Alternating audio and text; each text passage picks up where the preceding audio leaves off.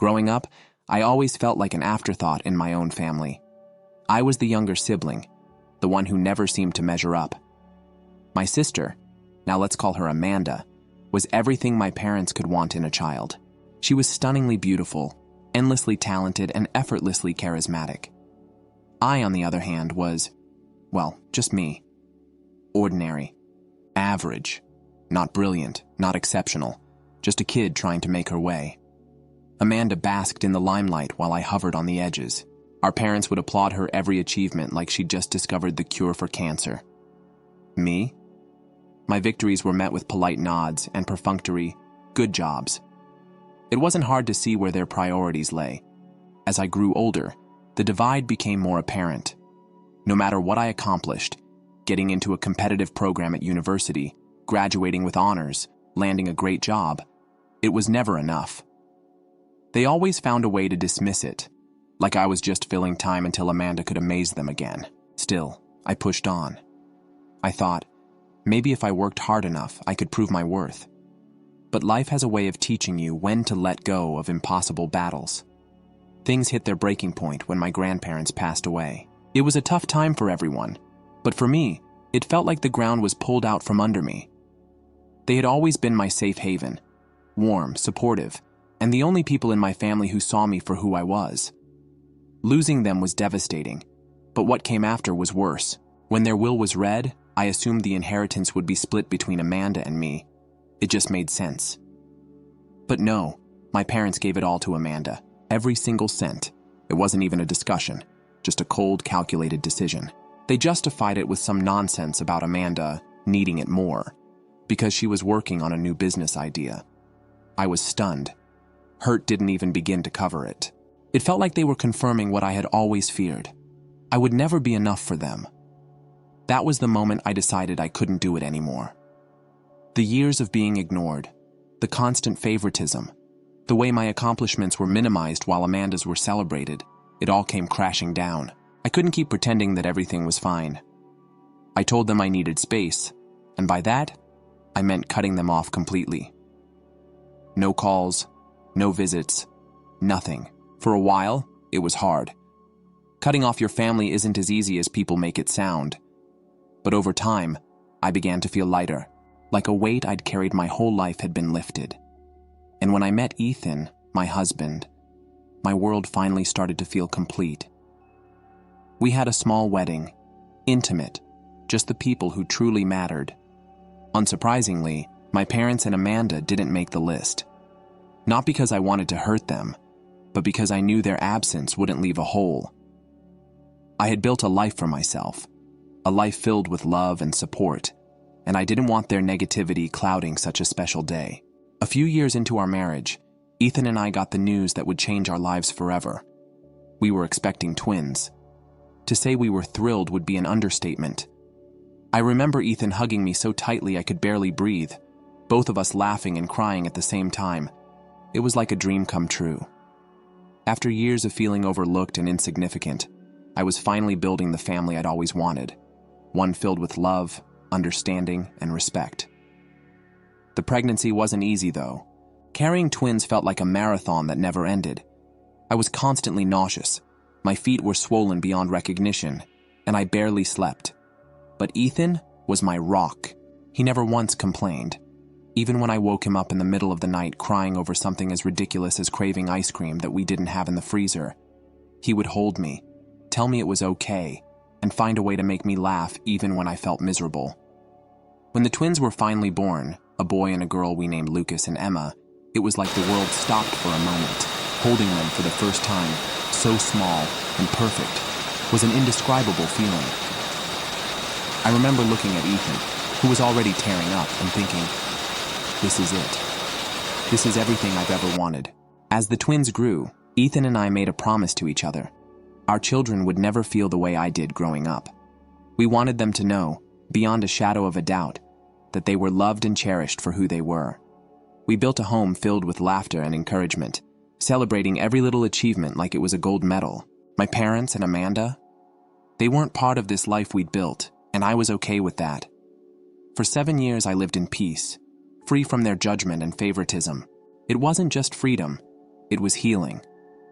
That's why, on a seemingly ordinary Saturday afternoon, when I opened my door and found my parents standing there, I felt like the ground beneath me was crumbling. It had been 7 years since I last saw my parents. 7 years of silence, no calls, no letters, nothing. And yet, here they were, standing on my doorstep, smiling like we'd just spoken last week. I froze for a moment, caught off guard by their sudden appearance. My mind raced. What could they possibly want after all this time? I glanced back into the house, where Lucas and Emma were playing in the living room, completely unaware of the storm brewing just beyond the door. "We wanted to see you," my mom said, her voice overly cheerful. "And the kids. It's been too long." I couldn't believe what I was hearing. Too long. Whose fault was that? For 7 years, they hadn't made a single effort to be part of my life or my children's lives. And now, out of nowhere, they were here, acting like everything was fine. Anger bubbled beneath my confusion, but I managed to stay composed. "Why now?" I asked, keeping my tone steady. They hesitated, exchanging a quick glance. My dad, the one who usually avoided confrontation, finally cleared his throat. "Your sister, Amanda, she's decided not to have children. Ever." Ah, there it was. The real reason. They weren't here for me or my kids. They were here because Amanda, their golden child, wasn't going to give them the grandchildren they'd always dreamed of. I felt a familiar pang of hurt, but this time, it was different. It wasn't a fresh wound. It was an old scar, and I wasn't about to let them reopen it. "So now you've decided you want to be grandparents," I said, my voice sharper than I intended. "After 7 years of silence?" My mom stammered something about missing me and wanting to reconnect, but I couldn't hear it over the pounding in my ears. I could see the desperation in their eyes, but I didn't trust it. It wasn't about love or family. It was about them filling the void Amanda had left. I took a deep breath and steadied myself. You can't just show up and expect to be part of our lives whenever it suits you. You've made your choices, and I've made mine. My children don't need grandparents who only come around when it's convenient. They tried to argue, pleading with me to reconsider, but I stood firm. I didn't waver. For the first time in my life, I didn't feel the need to justify myself to them. As I closed the door, my heart was pounding, but I also felt a strange sense of relief. I had protected my family, my real family, the one I had built with Ethan. When he came home later and I told him what happened, he listened quietly, then pulled me into a hug. "You did the right thing," he said, his voice steady. "We've worked too hard to let anyone disrupt what we have." He was right. We had built something beautiful, and I wasn't about to let anyone, not even my parents, tear it apart. I thought shutting the door on my parents that day was the end of it. I was wrong. A few weeks later, Ethan got a call from my mom. He told me about it that evening, and I could see the frustration in his face before he even opened his mouth. "She called me at work," he said, shaking his head. "She was crying and begging to see the kids." Hearing this, I felt anger flare up again. "What did you say?" I asked, bracing myself. "I told her no. I said we'd already made our decision," Ethan replied. "But she kept pushing, saying they deserved to know their grandchildren. Then she started guilt-tripping me about how they don't have much time left and that you're being cruel." I let out a bitter laugh. "Cruel? That's rich coming from them." Ethan nodded, his jaw tightening. It got worse. When I didn't budge, she started trying to bribe me. She offered to pay for the kids' college, buy us a new car, anything if we'd just let them visit. That stopped me in my tracks. Bribes? They thought they could buy their way into my children's lives. It wasn't just insulting. It was a confirmation of everything I'd feared about their intentions. This wasn't about reconnecting or making amends. It was about their pride, their wants. My feelings, my boundaries, and even my kids' well-being weren't part of the equation. "Unbelievable," I muttered. "They haven't changed at all." "I know," Ethan said, reaching for my hand. "I told her it wasn't happening and hung up, but I thought you should know." I sat down, overwhelmed by the mix of emotions swirling inside me. Anger, sadness, betrayal. but also, strangely, a sense of validation. Their actions made it clear I had made the right decision in cutting them off. They hadn't reached out in years, not to apologize, not to check on me. And now their desperation was driving them to manipulation and bribery. "They'll never stop," I said quietly, looking at Ethan. "Not until we make it crystal clear that this door is closed for good." Ethan squeezed my hand. "Then that's what we'll do." We spent the evening talking through how we'd handle any future attempts by my parents to contact us. We agreed on firm boundaries: no phone calls, no surprise visits, no interactions whatsoever. If they tried to reach out again, we'd calmly but firmly shut them down. For the first time in a long time, I felt like I had a plan, a way to take control of a situation that had once made me feel powerless. It wasn't easy.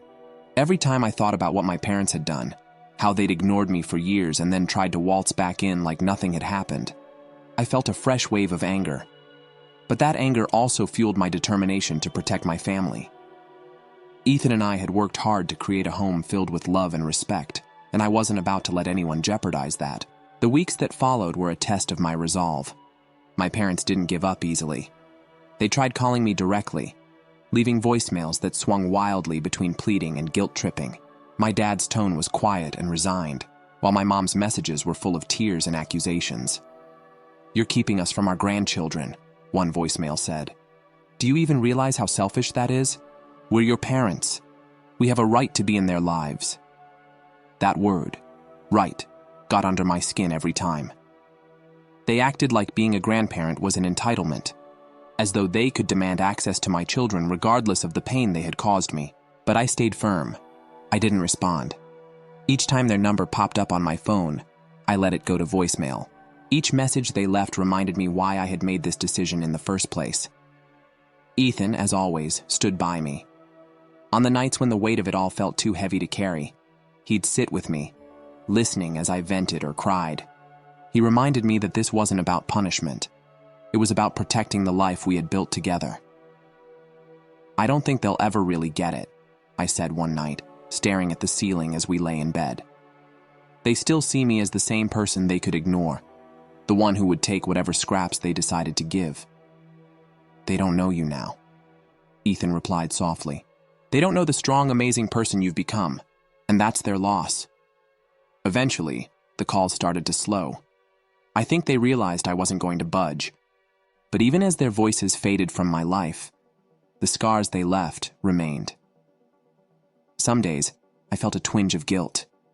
Not because I believed I was wrong, but because society has a way of making you feel like you owe something to people just because they share your blood. One night, as I was tucking Lucas and Emma into bed, Emma asked a question that stopped me in my tracks. "Mom, do we have other grandparents?" she asked, her big eyes filled with innocent curiosity. I hesitated for a moment, then sat on the edge of her bed. "You do," I said carefully. "But sometimes grown-ups make choices that aren't very nice, and it's better for everyone if we love them from far away." Emma seemed to think about this for a moment, then nodded. "Okay," she said simply. "We have you and Dad. That's enough." Her words hit me harder than I expected. That's enough. And it was. My parents might have been a part of my past, but they didn't define my present or my future. My children didn't need the approval or attention of people who only showed up when it suited them. They had Ethan and me, a family rooted in love and mutual respect. That was more than enough. Over time, I stopped feeling the ache of my parents' absence. The life I had built was vibrant and full, and there simply wasn't room for the negativity they brought. I knew they'd made their choices, and I'd made mine. And for once in my life, I didn't feel the need to explain or defend myself. This was my family. This was my peace. And I was finally, truly free. Story 2. My friends thought it was strange that my fiancé proposed while I was using the restroom. I'm now wondering whether our adorable engagement tale was truly embarrassing. Original article.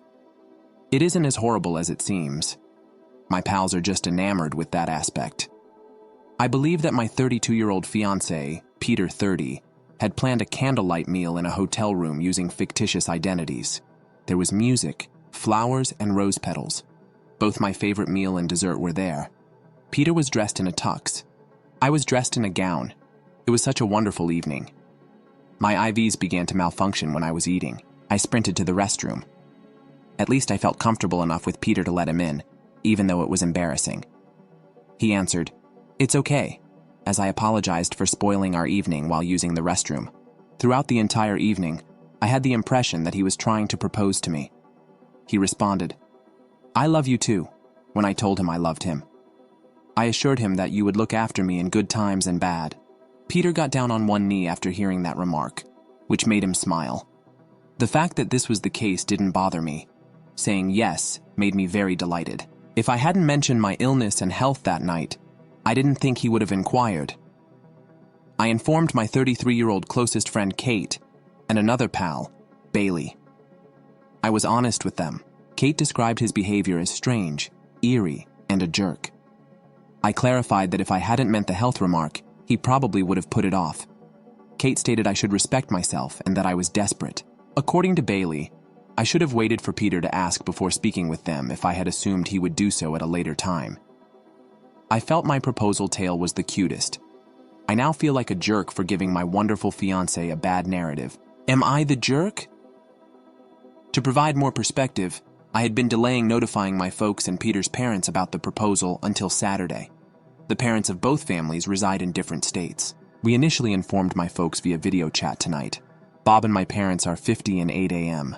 Susan, 58th. I knew my mother, who loves romance, would inquire about the proposal. My parents were told the entire proposal tale by Peter and myself. My mother was ecstatic. "That kind of proposal is better than any idea I had," she stated. According to my father, that just demonstrates how much Peter loves me. I agreed when my mother asked whether she may tell others. After I got engaged, I requested my mother to be my maid of honor. Kate or my mother would have been my choice for maid of honor. In spite of Kate, I didn't choose my mother. Kate is not being punished by me. Being the maid of honor would be unpleasant for Kate because of her first response to the proposal tale. In addition, my mother would want to organize a wedding and is quite pleased with our union. We then used video chat to inform Peter's parents. Chuck, who is 55, and Linda, who is 59, are his parents. The humor was well received by his parents. Chuck expressed gratitude to us for providing them with the talent of narrating that incredible tale. Whether it is acceptable to us, we are perplexed, I informed him. Linda expressed her happiness for us. Peter expressed his desire for his father to be the best guy. Finally, since Sister Juliana, 27, lives in a different state, we informed Peter via video chat. Her sense of humor was inherited from her father. Bailey and Kate should be bridesmaids, I hope. Kate and Bailey are indeed unmarried. Kate and I have been closest friends since the 9th grade, so our friendship won't be ruined by this small argument. As an additional update, when I messaged Kate and Bailey, they both consented to be bridesmaids. Kate sent me a video of herself apologizing in addition to her message apology. Kate expressed her gratitude that I'm still allowing her to have a significant role in the wedding. She claimed to have realized how romantic the proposal was after giving it some thought for a few days. She claimed that she would value a man who treats her the same way Peter treats me if she had IBS. Bailey sent a message apologizing. In her short apologies, she acknowledged that Kate had instructed her to do so. Update. I want to express my gratitude to everyone who helped me out with my initial post. I sent back a message expressing my forgiveness to Kate, along with a link to my initial post, following her apologetic video and message. She expressed a strong need to speak with someone in person. Even though I thought I could have an IBS flare-up today, we went to the gym. As we worked out, we conversed. Kate said that she was disturbed upon hearing the account of my proposal, and that she was unable to comprehend the reason behind her feelings at the time. After processing her emotions, she acknowledged that they were strong jealousy. A few months ago, Kate told me for the first time that she had been diagnosed with IBS. She said that mine is more severe than hers. She said that because she has seen me endure so much suffering from it over the years, this has been a frightening moment for her. I would like that proposal for myself, Kate responded. I wish I could be that comfortable with a man, she remarked. She stated she felt hopeful after reading the comments on my first post. She added that learning more about IBS online has given her hope. Kate specifically requested that I write this upsetting piece. She apologized once again. She expressed her happiness that my mother is the maid of honor, rather than her. She claimed to be both pleased for me and envious. Kate claims that she still feels uncomfortable speaking to me even after Bailey gave her an apologetic message. According to Kate, Bailey will change her mind. For the moment, she is simply too ashamed of her behavior. When I asked Kate if she had researched the prevalence of IBS, she said that she had done so after reading the comments on my initial post. She claimed that the prevalence astounded her. She said that since she was afraid of what she would discover, she was avoiding knowing about it. A guy has never left me because of my IBS, so I made sure to mention that to her. She is aware that before to meeting Peter, I had an embarrassing number of men with whom I had played about. I explained to Kate that I was too embarrassed to show a guy the IBS aspect of my life, which is why those encounters never developed into anything more. I admitted to Kate that I was the one who told me I was nasty and unattractive more than anybody else. Although she hasn't done so yet, Kate stated that she believes she can psychologically acclimate to this. She's my best buddy, I told her. I will assist her in throwing this since I adore her. I joked that poopy chicks should stay together. She smiled at that. I hurried home from the gym to use the restroom in order to manage the flare-up of my IBS. I sensed it was coming. It should come as no surprise that Peter looked after me when he got home from work. I was in such much pain that he even assisted me in taking a bath. I want everyone to know how wonderful Kate has been to me as a friend. For her, the argument at the heart of my initial piece was completely out of character. Kate has always been quite reasonable, even with IBS, so I had asked if I was mistaken when I wrote that post. I'm content. In addition to having an incredible fiancé, I also have incredible friends and family. Don't worry if I don't post much on Reddit. Even when I'm confined to the bathroom, I'm probably simply having a great time. As of right now, I'm having one of the worst flare-ups of my IBS ever. In addition, I have a rather bad cold. However, I have some excellent news. Bailey and Kate came to see me. Kate has finally told Bailey about her IBS. I was really ill. When my buddies came over, I was lying in bed. I had Peter to assist me, naturally. When Bailey apologized in person for the first time for her response to my proposal tale, she started crying. She told Peter and me she was sorry. Even though I had a cold, she gave me a hug. Bailey apologized, and both Peter and I accepted it.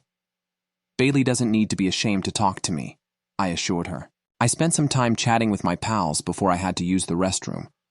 Before they left, they gave me their best wishes. Naturally, Peter looked after me. Being friendly with both of my closest pals makes me happy. I'm an IBS girl getting married to a man who accepts me, the OP wrote on AMA. September 25th, 2024, AMA. I have terrible IBS and I'm 32 years old. The man I'm marrying is 30 years old, and he loves me no matter what. Because he didn't allow my illness derail his proposal, my fiancé is the loveliest. During our supper in our hotel room, I had to quickly use the restroom, and it was when I was using the restroom that he proposed to me.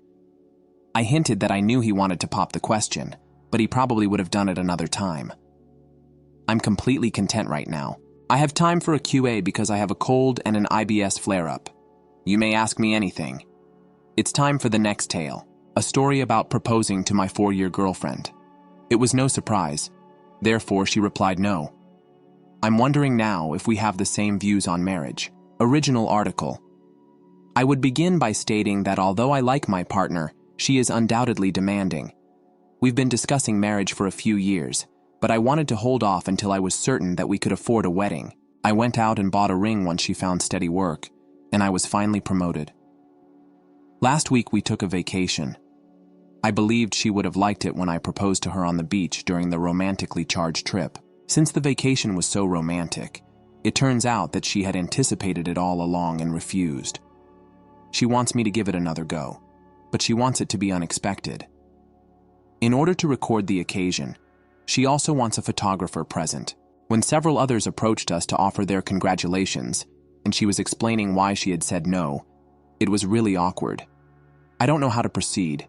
She wanted me to pop the question as soon as I felt ready, but she also wanted it to be a surprise. We also discussed her dream engagement. It's on a beach, too. Indeed. Really? In a field or a forest? There is no way in hell that I could surprise her at one of those places. It is doubtful that she would be at any of those places in the first place because she is not an outdoor person. She simply responded, "Well, if you want to get married, you will find a way to make it work," after I expressed my frustration. I'm not sure how to handle her right now because she appears so immature and spoiled. That still makes me very angry. What am I supposed to do? Am I mistaken for being angry? My girlfriend rejected TLDR's proposal because it wasn't unexpected and there wasn't a photographer present to record the occasion. Wants to get engaged only if the proposal aligns with her very particular perception. Comments that are pertinent. First comment. It sounds like your girlfriend isn't nearly old enough to get married. Consider this a sign that it's time for you to leave. I believe you're correct, OP. I was attempting to explain it to her, but based on the overwhelming response, I should probably end the relationship. Second comment. Ask your close friends what they really think of her, and be sure to assure them that they won't face consequences for voicing negative opinions. They are more knowledgeable than we are. OP. Her comment has angered my friends. 3. Return the ring to the jewelry maker. Would she prefer a marriage or an engagement? Bridezilla is definitely starting to grow on her. Oh no, OP. Well, that's a different matter. She showed me her Pinterest for her ideal wedding while we were discussing her ideal proposal. It is also filled with items that we will never be able to afford. I assured her that although it was unlikely, we could still have a pleasant wedding. She added that she would prefer to hold off until we could afford her ideal wedding. Instead, leave a comment for and purchase. Hold on. She probably intends to pester you about taking out a loan to pay for what she wants or finding a better job. Man, don't hurt yourself like this. OP. She indicated that I could begin selling some of the furniture I make as a hobby, which she wants me to pursue as a second job. Update. I've included a link to my previous post, which was removed. In summary, my girlfriend turned down my proposal while we were on a lovely vacation because she knew it was coming, and there wasn't a photographer. We appreciate all of your messages and comments.